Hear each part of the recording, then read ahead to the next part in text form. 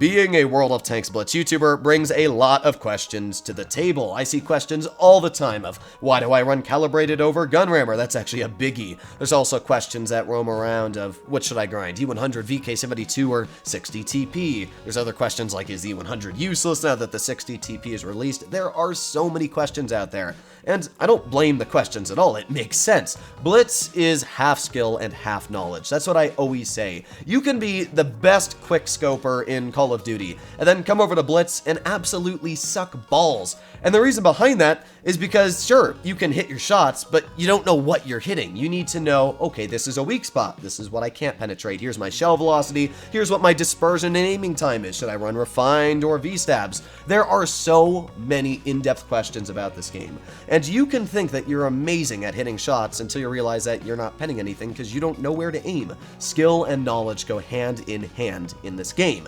And that brings us to the question I wanted to talk about in today's video. This is a question I have been asked multiple years now from my content. The question is a very simple and straightforward one, and it goes as, why do I only say good things about tanks? Why do I only call tanks good in my reviews? And yeah, I definitely do. In my 1,609 videos on the channel, and let's pretend, I don't know, 1,500 of them are tank reviews, I would say out of those 1,500 videos, 99% of them are me saying good things about tanks. So why do I only talk good about vehicles? This is a question I actually had formulated when I first started posting content on YouTube. My goal as a YouTuber is to help everybody understand how to play tanks. And sure, there are certain tanks that are inherently worse than others. You could easily say that an IS-8 is much, much worse than a 50 TP prototype. It's slower, it's got less alpha, much worse armor. Yeah, I'll agree, the 50 TP prototype makes the IS-8 look bad. But does that mean the IS-8 is a bad tank, and if you're skilled at the game, you can't do well in it? No. There are many skilled players out there that will say the IS-8's an absolutely fantastic tank, and they love playing it. So the idea I created all the way back when I first started posting Blitz content is that no tank is bad, and it's still a belief I very, very personally agree with today still. Don't get me wrong, I do believe there are bad tanks out there. Vehicles like the FE2-5B183 and the Vindicator. I think they are both awful vehicles. The 183 is because it's all based off of luck. You can have a great battle in the 183, but most of the time you just get screwed and you die with only 1,000 damage on your plate if you're lucky. The 183 doesn't matter how skilled you are, it's more just, are you lucky with hitting your shots? And the Vindicator, it's just because it has no gun depression. If it actually had gun depression, I would honestly say it's not a bad vehicle. But the fact that it only shoots heat shells and it has no gun depression, 2 degrees, it's just so unplayable. And just to prove this as a point, if you were to take a look at my tier 10 tier list, for example, the FE2-5B183 is the only tank to be sitting in the just meh category. Apart from that, there's vehicles in average, good, strong, super strong, and broken, but there's no bad category, because I don't believe there are tanks that are just flat out bad in the game. I think that if you understand how to drive any tank, you can do well in it. Doesn't matter if it's an Object 260, doesn't matter if it's an AMX 30B. I mean, I'm able to average over 3,000, I think 500 damage in the 30B this month. It really just is down to how you understand how to play a tank. And this topic and specific question has always had a profound personal impact on me and how I think about Blitz and the content I post to you guys. I remember back in the day, before I was a Blitz YouTuber, and YouTubers like Bushka existed. I remember Bushka made a video on the T69. He titled it The Good, the Bad, and the Bloody Ugly. And in that video, he basically said that this tank is bloody ugly, don't drive it, don't grind it, because it's not a good vehicle. And because of that, when I ground down to get the 57 Heavy as the line was just released, I was quite disappointed in the T69. As Bushka said, it's not a great tank. Until I came back to it a year later, and I absolutely loved it. And I realized to myself that, wait a second, the T69 is a fine tank. It's the fact that I let myself get impressioned by a YouTuber into thinking that this vehicle isn't good, and then believing that because I wasn't doing well in the tank, even though it was my own skill issue. And that is why, from now and the future of my content, I will always continue trying to do the same style of content. I will not make videos saying a tank is terrible unless I truly believe it is terrible. A good example of this is the 60 TP. I have 700 battles in the vehicle now. 700 battles, and the tank's only been out for about 4 months. It's one of my most played vehicles in the game. And I'll be honest, I don't like playing the 60 TP all that much, but I've now made 3 videos on the tank and drastically changed my opinion on it. The first video, I just kind of talked about the tank, said it's a nice vehicle. The second one, I talked about how I really didn't like the gun, and then I proceeded to play the vehicle for 400 battles after that video, all so I could understand if it was the tank or if it was me. And after all those battles, I have realized that it was me. I made a video correcting that, a full down review, titling it the final review on the 60 TP. And that is what I will try to do and strive to do on future content on this channel as well. I really never try to say bad about a vehicle unless I truly believe it is a bad tank.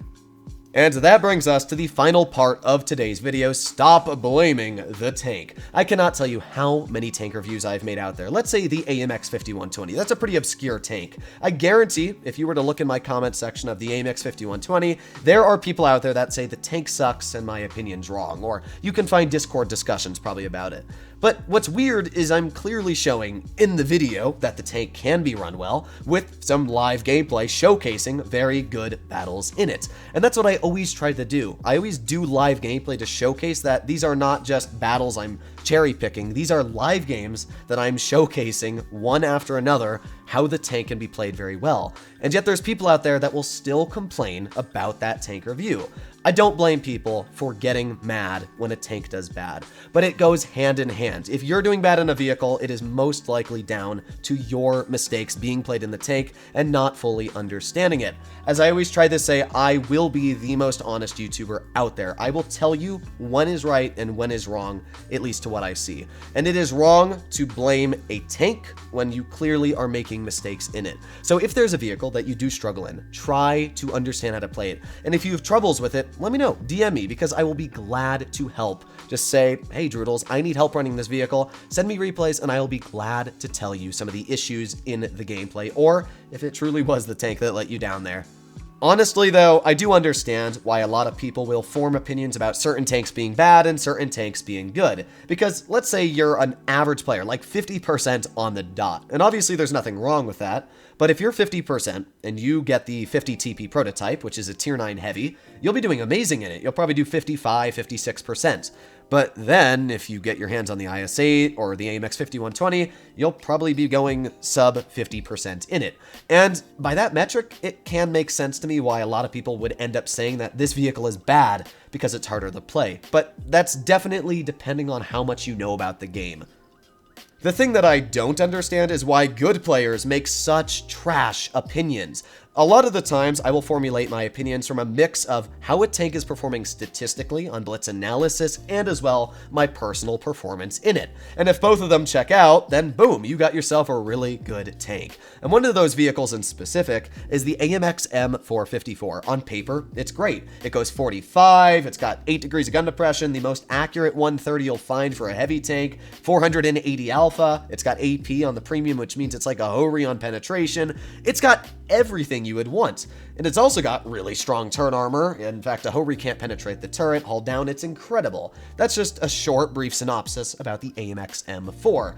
But weirdly enough, after I make a whole video on it about a couple months ago, I get a comment that says, all of the players here at Void agree that this tank is so-so. Now, obviously at the time I was in Void, so I found that very weird, because at the same time, a vehicle that is quote-unquote so-so, now comes the part where we destroy this poor comment in front of you. What we have is a graph, and it shows the top 20 tanks played by relative win rate, and the player's relative win rate is at 65% plus. Now, all relative win rate is the average win rate of a player in tier 10 for the past 30 days. So that is how all of this graph makes sense. You can see the IS-4 at the top, it's an amazing vehicle, got a good gun. It actually surprised me it was doing better than the IS-7. But look at that, right in the middle, we have the AMX M454, which is doing better than the AMX 50B, the M6 Yo, the WZ113, the 60 TP, and the STB1, all fantastic vehicles that I wouldn't see these really skilled players that also probably play in comp calling so-so. And that is where you rest an argument, because you have statistics to back you up. Not only statistics, but being played by very good players. So as I said before, whenever I try to make a video, I will never call a tank bad, because even good players are usually wrong. And I don't know why good players formulate these opinions, but I think it's really down to the Dunning-Kruger effect. The Dunning-Kruger effect is a type of cognitive bias that causes people to overestimate their knowledge or ability. Especially when it comes to good players in this game, they tend to think that they know everything about this game, and they usually don't. And because of that, a lot of wrong opinions I find come out of people. Whenever I make an argument with any tank, I already know the statistics behind it, and I usually fact-check whatever I'm going to argue by looking at average players' win rates, so I know I'm not going to lose it even when I go into it. Statistics are what makes the world go round. And if you have an opinion on a vehicle, you can make it not an opinion by proving it with how players are doing in these tanks. So, yeah.